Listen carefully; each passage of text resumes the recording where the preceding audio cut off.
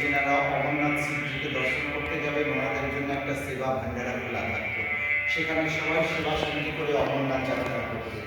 তো কৈলাসপতি মহারাজ যখন সেই ভান্ডারাতে উপস্থিত হলেন, রাজপরিবারের কোনো একজন দেওয়ানের কাছ থেকে রাজা রানীর করুণ কাহিনী শ্রবণ করেন এবং উনি বলেন যে আমি শিবা পূজা করবো, শিবা যজ্ঞ করবো, যার ফলে বলবো রানীমার সন্তান হবে কি হবে না। তো সে দেওয়ান গিয়ে রাজা রানীকে বলেন যে তারা কিন্তু এরকম সাধু সঙ্গে এসে নেই করলেন। দেওয়ানের কথা শুনে রাজা রানী রাজপ্রাসাদ থেকে এসে সেই ভান্ডারাতে উপস্থিত হন এবং কৈলাসপতি মহারাজকে আমন্ত্রিত করে নিয়ে যান রাজবাড়িতে। সেই দিনে গভীর রাত্রিতে ওনাকে সেবা পূজার সেবা যজ্ঞের জন্য আয়োজন করে দিলেন। কৈলাসপতি মহারাজ রাজা রানীকে নিয়ে রাজবাড়ির রাজপ্রাসাদের ছাদে সেবা যজ্ঞ করেন, সেবা পূজা করেন, রানীমাকে আশীর্বাদ করেন ১ বছরের মধ্যে আপনার মনস্কামনা পূর্ণ হবে। ঠিকানা দেন তারাপীঠ মহাশ্মশানের পঞ্চমন্দির আসনে। উনি চলে যান অমরনাথ।